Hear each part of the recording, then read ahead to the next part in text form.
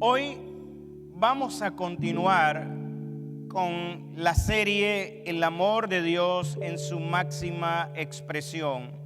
Ustedes pueden verlo en pantalla. Continuamos con la serie de Juan 3:16 y hablaremos una vez más del amor de Dios. Para algunos, Juan 3:16 es la Biblia en miniatura. Es toda la tesis de Isaías 52 e Isaías 53. Es un resumen totalmente del glorioso y bendito plan de redención de nuestro Dios. Así que vamos a seguir hablando del amor de Dios, que es un amor incomparable, y hablaremos de este amor en su máxima expresión, un amor que se encarnó en la persona de Jesucristo.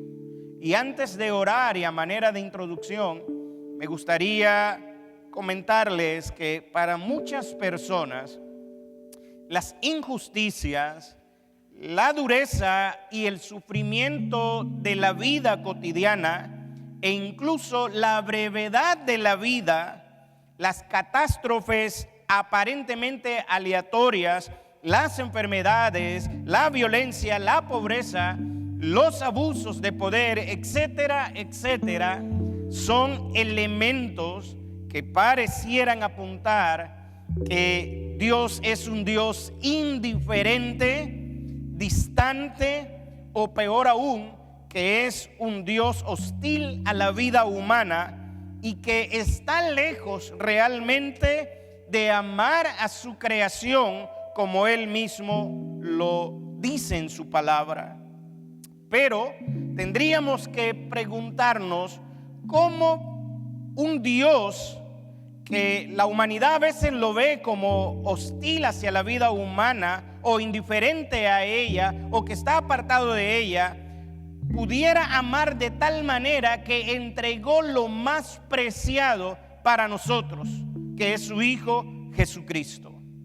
El texto que leyó nuestra hermana Geisa, Juan 3:16, un texto famoso, un texto muy citado, un texto que incluso se usa en calcomanías y en leyendas, dice de esta manera: porque de tal manera que amó Dios al mundo, que ha dado a su Hijo unigénito, para que todo aquel que en Él cree no se pierda, mas tenga vida eterna. El famoso predicador Charles Spurgeon dijo que el verdadero amor no se satisface con expresar únicamente las palabras o expresarse con palabras. El amor no queda satisfecho cuando únicamente decimos que amamos, pero no lo demostramos. En la iglesia puede pasar a veces este tipo de cosas, que decimos que amamos al hermano, pero en realidad a lo mejor no amamos al hermano. Y a veces decimos: Señor, ilumínalo o elimínalo, Señor, te lo llevas o te lo mando. Y no es ese tipo de amor que Dios espera de nosotros. De hecho, las palabras afirman, es cierto, las palabras tienen que afirmar el corazón de alguien, pero los hechos confirman esas palabras. Así que las palabras afirman, pero los hechos confirman. Es verdad que el amor se expresa con las palabras, pero el amor también se mide por las acciones. Y hay un viejo refrán que dice que las acciones hablan más fuerte que las palabras. Y obviamente Dios es el ejemplo por excelencia de que no solo ha expresado su amor, y escuche bien, sino que lo ha materializado con acciones sumamente contundentes para el beneficio suyo y para el beneficio mío. Si hoy usted y yo estamos respirando, si hoy usted y yo estamos viviendo, es porque la gracia de Dios a través de su amor ha sido derramada sobre nosotros, y debido a esto no hemos sido consumidos por ese amor tan grande, inmenso que Dios tiene para con nosotros. ¿Alguien puede decir amén? Así que cuando hablamos de amor y hablamos del amor de Dios, no estamos hablando de palabrerías, estamos hablando de acciones. La Biblia dice que Dios es amor, Y siendo amor, a Él no le queda más que manifestar su amor, porque la naturaleza de Dios, los atributos de Dios no permiten que exista algún tipo de contradicción con lo que Él dice, con lo que Él hace. Así que Dios es amor, sigue siendo amor, y a Él no le queda más que manifestar su amor, ya que no podría quedar satisfecho hablando simplemente de su amor y no demostrarlo. Hombres y mujeres han caído ante las afirmaciones del amor sin este amor ser demostrado. Pero Dios no lo hace de esta manera. Él no solamente lo dice, sino que lo demuestra. El amor de Dios, sin lugar a duda, se ha manifestado en la acción. Y Juan 3:16, el pasaje que leímos, es una prueba contundente de la congruencia de Dios entre sus palabras y sus acciones. Así que, mis hermanos y amigos, Dios no es ni ha sido pasivo para demostrar su amor. Todo lo contrario, Él ha sido totalmente intencional en demostrar legítimamente su amor. Dios nos ha dado abundantes pruebas de su amor, a pesar de que los hombres han decidido amar más las tinieblas, rechazar la luz y darle la espalda a Dios. Juan capítulo 3, verso 19 dice: y esta es la condenación, que la luz vino al mundo y los hombres decidieron amar más las tinieblas que la luz, porque sus obras eran malas. Cuando yo leo este pasaje, pareciera que el escritor del Evangelio de Juan dice: no es que los hombres no pretendan amar a Dios, no es que no pretendan querer amar a Dios. El problema no es ese, el problema es que aman más otras cosas, aman más las tinieblas antes que a Dios. Y nadie que dice amar a Dios puede poner a Dios en segundo lugar. Él es el primero, Él es el Rey de Reyes, Él es el Señor de los señores. Él debe ser puesto en el lugar correcto. El hombre sin Dios posee un amor corrupto. No sé si usted alguna vez ha pensado, pero su amor podría ser condicionado. Si usted no recibe cariño, si usted no recibe afecto, usted no va a dar amor. La Escritura rompe ese paradigma y la Biblia dice que amemos incluso a aquellos que no nos caen bien, a aquellos que son considerados enemigos. Pero el amor del hombre sin Dios es un amor corrupto, ya que la Biblia dice que aman más las tinieblas porque sus acciones así lo demuestran. La Biblia dice, pues sus obras eran malas. De hecho, este amor que los hombres sienten por las tinieblas les hace sentir incómodos cuando vienen a la luz, ya que la luz que ha sido manifestada a través de ese amor glorioso expone nuestras imperfecciones, expone nuestras inmoralidades, nuestras injusticias, nuestras desobediencias, nuestro carácter, nuestra mala forma. Esta luz manifestada en el amor de Dios expone todas estas cosas. Por eso los hombres prefieren amar más las tinieblas que la luz. Juan, en el capítulo 12, verso 35, dice que el que anda en tinieblas no sabe a dónde va. Por esto es que observamos que los hombres evitan todo aquello que los pueda acercar a esa luz que ha sido manifestada a través de ese amor inmenso que Dios demostró cuando envió a su Hijo, para que todo aquel, como dice el texto, no se pierda, mas tenga vida eterna. Jesús dijo: yo, nadie más que Él, solamente Él, yo, la luz, dice Juan 12:46, he venido al mundo para que todo aquel que cree en mí no permanezca en tinieblas. Cuando el amor de Dios fue derramado sobre nosotros, Dios no solamente estaba derramando su amor como un acto emocional para satisfacer tus emociones. Dios, cuando derramó su amor, literalmente te estaba sacando del reino de las tinieblas a su luz admirable, para darte una nueva identidad, para que ahora seas un hijo de Dios, una nueva criatura a la imagen y semejanza de Cristo Jesús, Señor nuestro.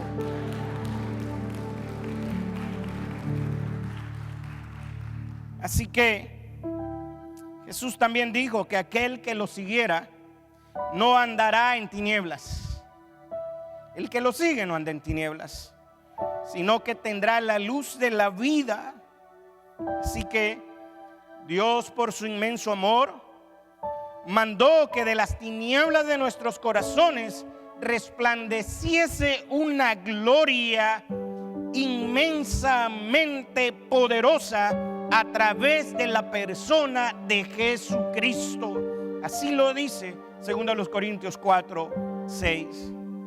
Así que, mis amados hermanos, el amor de Dios es un amor que no podemos medirlo. Podemos conocer parcialmente ese amor, y de hecho en la predicación anterior hablaba de que Juan 3:16 es un pasaje que tiene una dicotomía maravillosa. Por un lado, es un texto muy sencillo que los niños pueden entender y pueden navegar sobre Juan 3:16, pero es tan profundo que aún y el más experto de los buzos, de los teólogos, podría sumergirse en este pasaje y entender la maravillosa grandeza del amor de Dios. Por eso es que la Biblia dice que el amor de Dios, dice Pablo en Efesios 3:19, excede a todo conocimiento. Todo lo que Dios es, todo lo que Dios hace, excede a la perspectiva humana. Nadie puede entender qué clase de amor es este, que fue derramado sobre gente pecadora, llena de maldad, gente corrupta. Dios ha amado. Así que este amor es sin límites. Es totalmente sin límites. Capaz que algunos de nosotros amamos limitadamente. Es más, nosotros amamos hasta que la muerte nos separe cuando nos casamos. Pero el amor de Dios trasciende eso hasta que la muerte nos separe. Sigue en la eternidad, y en esa eternidad gloriosa Él nos sigue llenando de ese amor bendito. Así que es un amor sin límite. De hecho, Juan parece en Juan 3:16 no encontrar palabras para describir este amor. Solo se limitó a decir: porque de tal manera amó Dios al mundo. Cuando leemos este pasaje, debemos de detenernos en observar esta expresión. Porque de tal manera, Juan, aún inspirado por el propio Espíritu Santo para declarar la grandeza del amor de Dios, no encuentra más palabras que decir porque de tal manera. Aún el mismo Espíritu Santo pareciera no darle a Juan la magnitud, porque quizás Juan no lo puede entender cuán grande es el amor de Dios. Y lo único que le dice: porque de tal manera que amó Dios al mundo. Este amor es infinito. Cuando escuchamos esta expresión, porque de tal manera, indica un amor infinito, un amor intenso, grande en extremo. Pero no solamente es eso. El amor de Dios es un hecho demostrado, porque de tal manera amó Dios al mundo. Esta declaración de que Dios amó no sugiere que hubo un tiempo cuando Dios empezó a amar. Tampoco sugiere que Dios un día decidirá amar.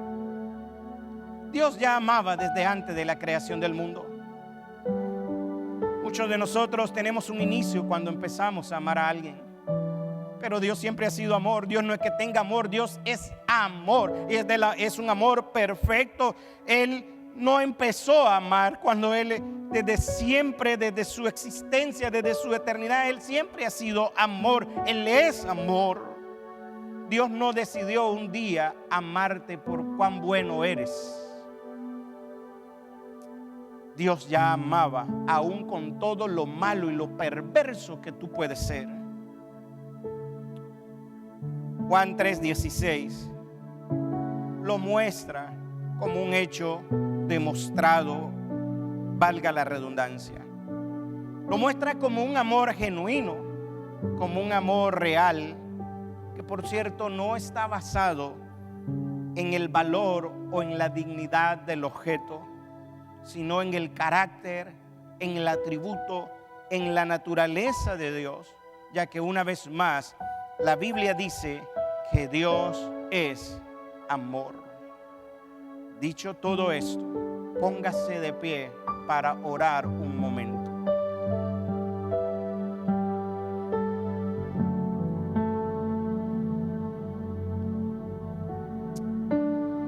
Oremos. Amado Señor, gracias por ese amor. Ahora te pido, Señor, que en el punto en el que estaré tratando, Señor, este texto de Juan 3:16, tú permitas que sea tu Espíritu Santo hablando a tu iglesia. Afírmalos, exhórtalos. Si es posible hoy, que tu amor sane, restaure al que está con dolor, Señor, tanto físico como emocional o espiritual. Que tu amor sea suficiente para echar fuera toda tristeza del alma, toda amargura, Señor. Que hoy la amargura sea echada fuera en el nombre de Jesús y en nombre de ese amor glorioso. Que, Señor, en esta mañana las preocupaciones, los desafíos que tenemos sean cubiertos en la inmensidad de este amor. Gracias porque nos amas. Aun cuando padre o madre, esposo o esposa nos hayan abandonado, nos hayan maltratado, tú nos has amado porque tú eres fiel. Gracias por este tiempo. Sigue hablando a tu iglesia y usa mi corazón, mi mente, mi alma, mi espíritu. Alínealo contigo y glorifica tu nombre. En el nombre de Jesús. Amén y amén. Puede tomar su lugar. Juan 3:16. Es un pasaje que podríamos hablar de él y pasar varios domingos hablando de Juan 3:16. Pero hoy quiero nada más enfocarme en este punto.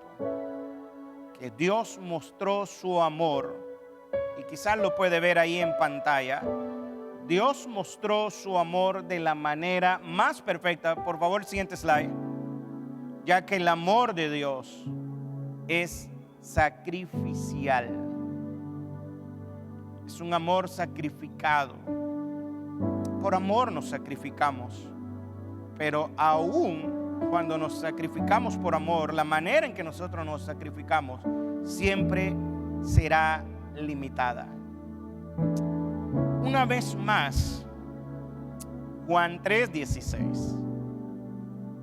El domingo anterior, hace un par de domingos, examinamos el texto y vimos cómo el texto encajaba en todo el relato bíblico, pero también observamos los términos claves que hay dentro de este pasaje y observamos frases importantes. Y hoy quiero continuar haciendo esto mismo, pero ahora quiero enfocarme en esta parte: que ha dado a su Hijo unigénito. Porque de tal manera amó Dios al mundo que ha dado a su Hijo unigénito. para que todo aquel que en él cree no se pierda, mas tenga vida eterna. Detengámonos un poquito a tratar de entender la inmensidad de este amor. Juan usa la palabra que. En el griego este término oste es una conjunción consecutiva que introduce una cláusula de resultado. Es decir, lo que el texto está diciendo es que Dios amó de forma tan intensa al mundo, pero tan intensa que como resultado de esa intensidad de amor, Él dio a su Hijo. Pero cuando hablamos de dar a su Hijo, a veces podemos perder de vista la idea de que a este mundo que Él lo dio, lo incluía a usted y a mí, porque estábamos alejados de la presencia de Él, de la gloria de Él. Así que, como resultado de la inmensidad de este amor, Él dio a su Hijo. El amor da. Muchas veces en los hogares se espera que uno dé más, y los hombres y las mujeres batallan. Es que yo le doy esto y yo no recibo esto, es que yo hago esto y que me maltrata. Y esto ocurre entre hombres y mujeres, porque es verdad, amadas hermanas, que ustedes se quejan muchas veces de nosotros los varones, pero ustedes también son tremendas. Digan amén, varones. Uy, mejor no lo digan porque nos metemos en problemas.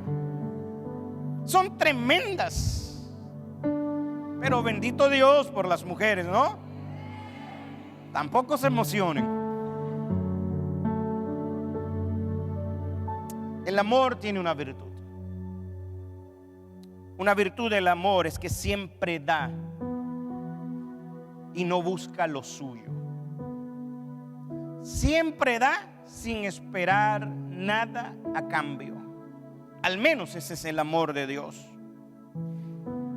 Es interesante que Pablo, cuando escribe a los Corintios, en el capítulo 13, cuando habla de este capítulo hermoso acerca del amor, Pablo nos dice que hay personas que pueden llegar a dar y que pueden ser muy benevolentes, pero llegan a dar sin amor.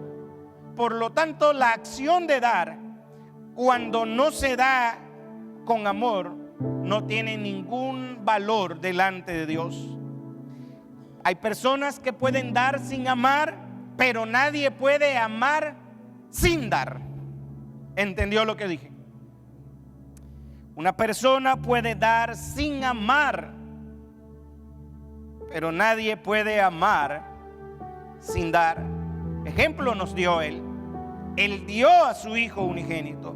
Dios amó al mundo de forma tan contundente y definitiva que proporcionó una resolución al estado roto y quebrado del mundo. Los hermanos que estuvieron el domingo pasado en el entrenamiento de Gospel Conversation recordarán que hablamos de uno de los círculos. Se observaba el mundo roto, el mundo quebrado, y observábamos también cómo los hombres han tratado de huir de ese mundo roto, de ese mundo quebrantado a través del alcohol, de la droga, del sexo y de un montón de cosas. Han tratado de huir de ese mundo quebrantado. Pero la solución Dios nos la dio. Nos la dio a través de su Hijo. Él es el que hace nueva todas las cosas. Pablo dice: de modo que si alguno está en Cristo, es nueva criatura. Las cosas viejas pasaron, todas se vuelven a ser hechas nuevas. Dios dio. Cuando la Biblia habla de que Dios da, la connotación en el griego quiere decir que enfatiza la totalidad, la resolución, la determinación de Dios de dar. Dios no dudó, Dios no vaciló. Cuando vio a la humanidad perdida, caída, destituida de la gloria de Dios, Dios no vaciló. Inmediatamente tomó paso de acción y dijo: yo mismo voy a ir a morir por esa humanidad caída, por esa humanidad perdida. Dios lo hizo. Primera de Juan 4:10 dice que Dios envió a su Hijo en propiciación, en sacrificio, es lo que quiere decir, por nuestros pecados. Cristo fue enviado como el verdadero apóstol. Hoy en día hay una serie de hombres autodenominados apóstoles. El verdadero apóstol es Cristo Jesús. Él fue enviado como un apostelo con la misión más importante para la vida humana. Dios en el cielo no observó, no vio a nadie más para poder salvar a la humanidad. Solamente había un candidato, solamente había uno, y ese uno era su Hijo, el único que podía salvar, el único que nos puede salvar.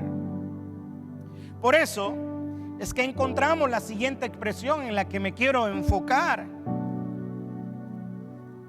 Porque de tal manera amó Dios al mundo que ha dado a su Hijo unigénito. Que ha dado a su Hijo unigénito. Algunas sectas pseudo cristianas, en un mal uso de los vocablos originales, en una interpretación errada de Juan 3:16, quieren enseñar o atribuir que cuando hablamos del unigénito Hijo de Dios, lo que estamos hablando es que es el único, por ende es un hijo y por ende es un ser creado. En ningún momento la Escritura está diciendo eso. Esta expresión Hijo unigénito, que está ahí, no sé si está en pantalla subrayado en Juan 3:16, no está subrayado, ok. Esta expresión Hijo unigénito quiere decir monogenes, y esto se usa para connotar que es el único en su clase. No hay nadie más que se parezca a Él. Nadie puede tener lo que Él tiene. En el cielo, cuando se hizo el consejo entre el Padre, el Hijo y el Espíritu Santo, y estuvieron presentes todas las huestes celestiales, no había nadie que tuviera la clase, la identidad, el poder de Cristo Jesús para venir a este mundo. No había nadie más. Por eso Él es el monogenes. Se usa para connotar, es el único en su clase. Por lo tanto, esta expresión abarca muchas otras cosas. Es el único Dios todopoderoso, creador de los cielos y de la tierra.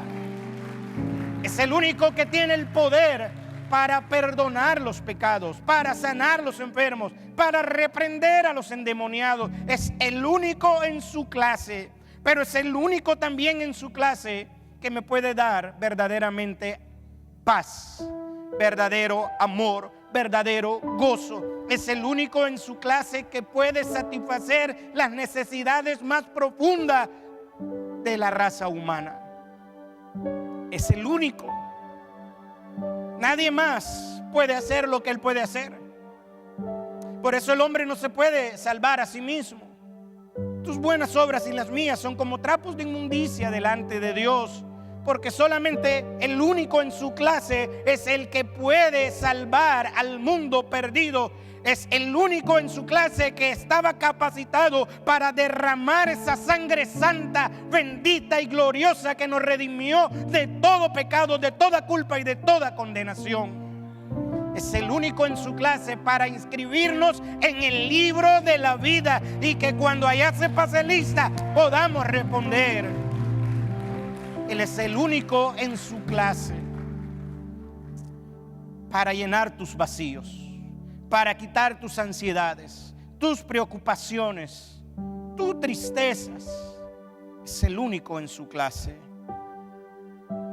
Es el único porque nadie puede cargar, nadie podía cargar, ni Gabriel, ni Miguel, el arcángel Miguel, ni el ángel Gabriel podían cargar con el peso de la mortandad humana que había. No había más nadie que pudiera cargar con mi maldad, pero Él sí lo hizo.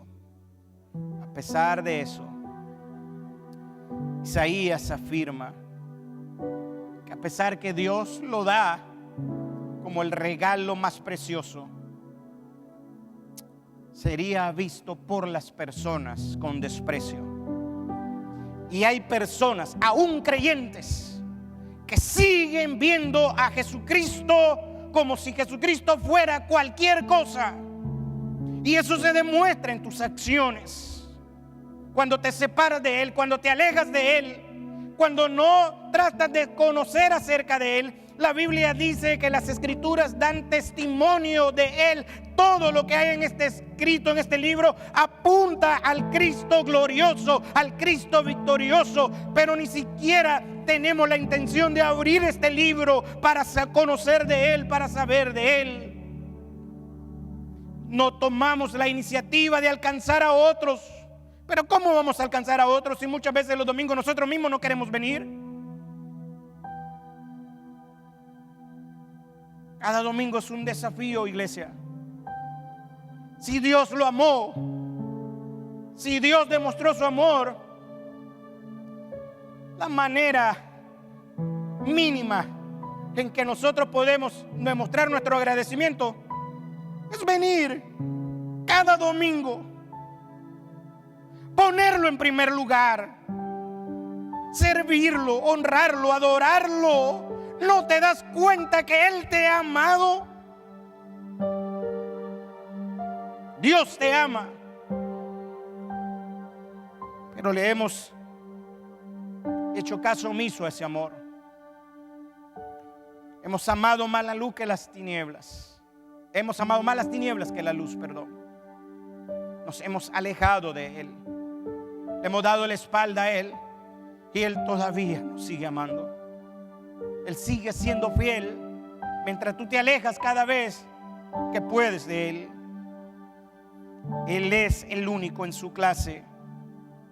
Las personas lo ven. Isaías dice que las personas lo verían como un pedazo de raíz en una tierra infértil, insignificante. Las personas lo ven como que Jesús es innecesario, como que Jesús no tiene la mayor importancia. Te recuerdo que Él es el creador. Un día párate y mira el cielo y mira todo lo que hay. Mira el día, mira el sol. Párate en la noche, mira las estrellas, la luna, el firmamento. Todo lo hizo Él por medio de su palabra, por medio de su poder. No es cualquier Dios. Isaías dice: subirá cual renuevo. Isaías 52, 53, 2 y 3. Subirá cual renuevo delante de Él, y como raíz de tierra seca, no hay parecer en Él, ni hermosura le veremos, mas sin atractivo para que le deseemos. Normalmente este pasaje lo aplicamos a los no alcanzados, a los perdidos. Tristemente hay cristianos que siguen viendo a Jesús con ese mismo desprecio que lo hacen los no convertidos. Cuando Él no ocupa el primer lugar, lo desprecias, lo desechas. Isaías dice: despreciado y desechado entre los hombres. Yo cambiaría la palabra hombres y podría abrir un asterisco y decir: despreciado y desechado entre su propia iglesia. Lo despreciamos, a pesar de que Él es varón de dolores, experimentado en quebranto. Y yo espero que hoy usted esté prestando atención a lo que estoy diciendo. Y como que escondimos de Él su rostro. Pareciera que constantemente tratamos de escondernos de Él. Fue menospreciado y no lo estimamos. La Biblia dice que él iba, dice Isaías, 700 años antes, él iba a ser despreciado, desechado, a pesar que él es la vida y la luz de los hombres. Él conoció el dolor más profundo a causa tuya y a causa mía, pero la humanidad lo vio y lo sigue viendo con desprecio. Hay creyentes que dicen ser seguidores de él, que no lo han valorado y se han escondido de él y se han alejado de él. La humanidad no ha querido recibirlo, pero hay iglesias que están llenas de muchas cosas, pero a Cristo lo tienen afuera de la iglesia. Dios permita que nunca pase esto en esta congregación, que Dios nunca esté afuera, sino adentro, no solo del templo, sino de nuestras propias vidas. La humanidad no ha querido recibirlo. A los suyos vino, los suyos no le recibieron. Mas a todos los que le recibieron, a los que creen en su nombre, les dio el derecho, el poder de ser llamados hijos de Dios. A pesar de cómo la gente lo ha visto y cómo algunos cristianos lo han rechazado y lo han despreciado, Él sigue siendo Dios. Nunca olvides que aunque tú no lo pongas en primer lugar, Él sigue siendo Dios. Nunca olvides que aunque tú le des la espalda, Él sigue siendo el Santo de Israel. Él es el Hijo amado del Padre, en quien el Padre tiene complacencia, total complacencia. Él es el siervo de Jehová. Él es el Cordero de Dios que quita el pecado del mundo. Él quita toda maldad, hacia el hombre una nueva criatura. Él es el que disipa toda enfermedad del alma. Él vino a este mundo, Él fue dado como un regalo. Su nacimiento, dice la Escritura, fue un nacimiento distinto, un nacimiento virginal, no por obra y gracia de María, por obra y gracia del Espíritu Santo. En su nacimiento, Dios produjo un cortocircuito en el ciclo del pecado. Jesús no fue contaminado como nosotros con el pecado original. Los teólogos dicen que si Jesús no hubiese nacido de la forma en que nació, entonces hubiese tenido una naturaleza pecaminosa, por lo tanto no podría salvarse a sí mismo. Pero la Biblia dice que Él vino a buscar y a salvar lo que se había perdido. Su muerte fue horrible, una muerte trágica, mucho sufrimiento físico, mucha agonía emocional y mucha angustia espiritual. Yo no sé usted, pero al menos yo, cuando yo he pecado feo contra Dios, wow, es una angustia espiritual que no me deja tranquilo. Ahora pienso en Él, esa angustia que Él sintió cuando no solamente estaba cargando mis pecados, estaba cargando los suyos también. El peso de cargar con ese pecado, la angustia que Él llegó a sentir. Esa angustia llegó a ser tan evidente que en el momento más angustioso y en el que más necesitaba que su Padre estuviera ahí, se sintió solo. ¿Alguna vez te has sentido solo? ¿Alguna vez te has sentido abandonado? ¿Alguna vez te has sentido que no te aman, que no te quieren? Pues Jesús quizás no se sintió que el Padre no lo amaba, porque ellos tienen una relación perfecta. Pero estando en esa cruz, Él le dice: Padre, Dios mío, ¿por qué me has abandonado? El Padre no podía hacer otra cosa. No podía convivir las tinieblas con la luz. Él estaba cargando todas las tinieblas, toda la maldad, todo el pecado. Él decidió morir. Él pudo bajarse de la cruz. Quiero que pienses en esta escena. Aún en la cruz, teniendo a los dos malhechores, uno de ellos le incitaba, seguramente provocado por Satanás, a que le dijera que se bajara de la cruz, pero no lo hizo.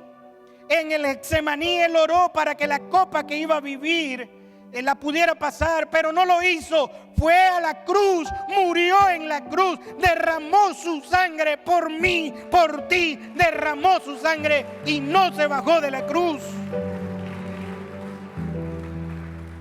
¿Qué clase de amor es este? Él tenía que morir conforme a las Escrituras, dice Pablo. Él fue dado como el sacrificio perfecto para morir por mis pecados, por nuestros pecados. Primera de Juan 2:2 en la Nueva Versión Internacional dice: Él es el sacrificio por el perdón de nuestros pecados, y no solo por los nuestros, sino por los de todo el mundo. Él demostró su amor para con nosotros, en que siendo aún pecadores, Cristo murió por nosotros. Dios te demostró literalmente cuánto nos ama. ¿Estás buscando la demostración de amor de alguien? Mira la cruz. Él lo demostró en aquella cruz. Ahí reunió todo lo necesario para salvar al hombre y lo demostró siendo él mismo el sacrificio para que todo aquel que en él cree no se pierda, mas tenga vida eterna. Con esto vamos a ir terminando. Él ama, pero Él es un caballero. Él no obliga a nadie. A nadie lo obliga. En Marcos capítulo 10, verso 22, hay una historia de un joven que se acerca a Jesús, un joven rico, que parecía que quería seguir a Jesús. Y Jesús le dice: bueno, para que me sigas tienes que hacer esto, aquello. Y aquel muchacho, un tanto religioso, le dice: oh, yo soy un hombre religioso, he cumplido con todas estas cosas. Y Jesús le dice: vende todo lo que tiene y entonces sígueme. El muchacho, cuando escuchó estas palabras, decidió ignorar el llamado de Jesús. Jesús, con esa mirada tierna, lo miró y la Biblia dice que viéndole le amó. Pero le amó con tristeza, porque este hombre no respondió a su invitación. A Judas, a pesar que lo traicionó, en un acto de amor, en la última cena, le permite estar sentado con él. Le dio de su propio pan. Le mostró cuánto amor había en él. Y aún así Judas lo traicionó. Dios a ti y a mí nos ha dado evidencia de cuánto nos ama. Y mi pregunta es: entonces, ¿por qué nosotros no respondemos de la manera como Él desea que nosotros respondamos a ese amor? Y por último, no está en pantalla, pero colóquese de pie.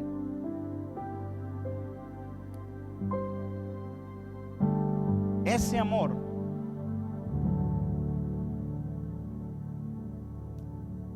no lo rompe nadie. No es un amor, es más, los matrimonios se pueden poner bravos y se dan la espalda, y algunos se van de las casas, pero este amor de Él no se rompe. No hay manera de diluir su amor. Él sigue amándote. Regresa a Él si te sientes alejado de Él. Si no estás con Él en comunión, pues ven a Él. Si no lo conoces, conócelo. Ríndete, entrégate. No dejes que las cosas de la vida interpongan una barrera entre tú y Él. Este amor es tan incondicional que nada ni nadie nos puede separar de este amor. ¿Qué pues diremos a esto? Dice Pablo.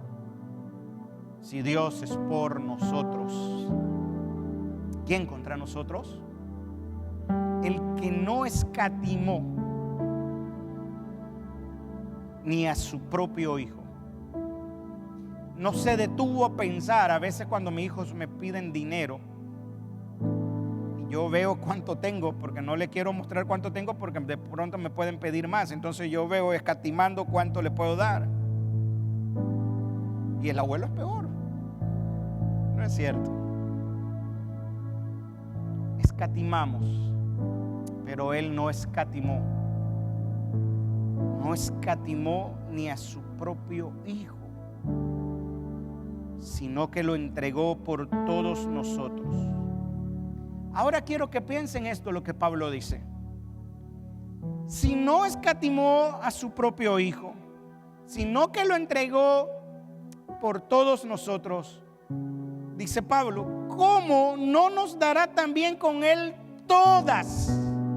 Wow, todas las cosas. ¿Sabe lo que es todo? Todo, todas las cosas, pero tienes que estar en Él.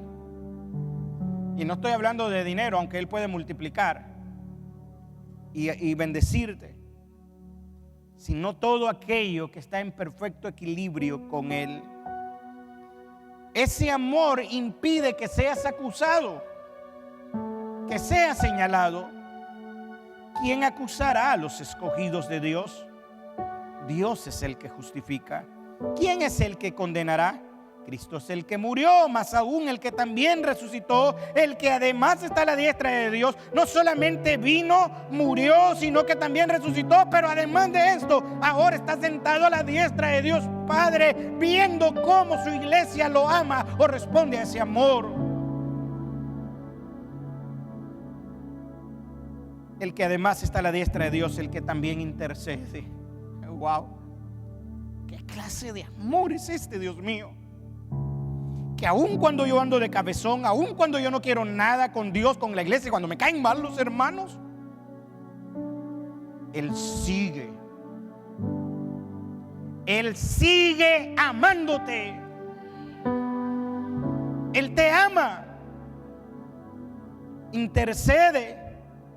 Ni siquiera tú mismo te puedes separar del amor de Él. ¿Quién nos separará del amor de Cristo? ¿Tribulación? Está muy atribulado y ya no voy más a la iglesia. ¿Angustia? No, pastor, es que usted no sabe mi dolor. ¿Sabe qué? Aquí entre nosotros hay una familia.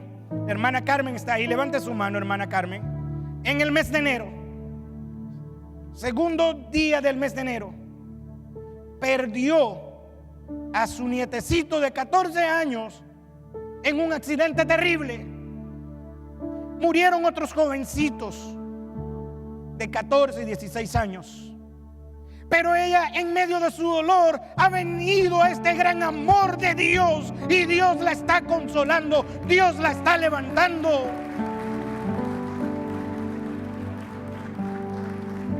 Dios está ahí con ellos. Ella decía en una de las conversaciones que teníamos: pastor, Dios no sé, algo ha hecho Dios. Yo agradezco a los hermanos que se acercaron a este matrimonio para hablarles, y ahí están. Y la nietecita hermanita de este niño estaba el domingo pasado también, y quiere venir a la iglesia, quiere estar con nosotros. Oremos por la mamá de este jovencito. ¿Quién nos separará del amor de Cristo? Tribulación, angustia, persecución, hambre o desnudez, peligro o espada, como está escrito. Por ti somos muertos todo el tiempo, somos contados como ovejas de matadero. Pero antes, en todas estas cosas, aún en medio de la tribulación, aún en medio de la angustia, del dolor, somos más que vencedores en Cristo Jesús por medio de aquel que nos amó. Él nos amó, Él nos ama. Por lo cual, yo estoy seguro, dice Pablo, que ni la muerte, ni la vida, ni ángeles, ni principado, ni potestades, ni lo presente, ni lo porvenir, ni lo alto, ni lo profundo, ni ninguna otra cosa creada me podrá separar del amor de Dios que es en Cristo Jesús, Señor nuestro. Gloria a su nombre. Así que más te vale que respondas a la invitación de su amor.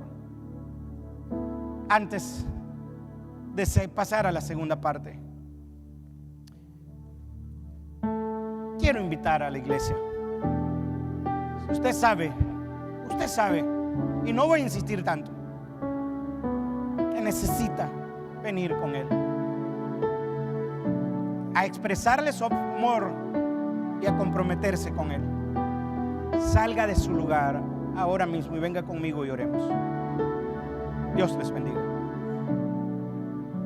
Dios les bendiga.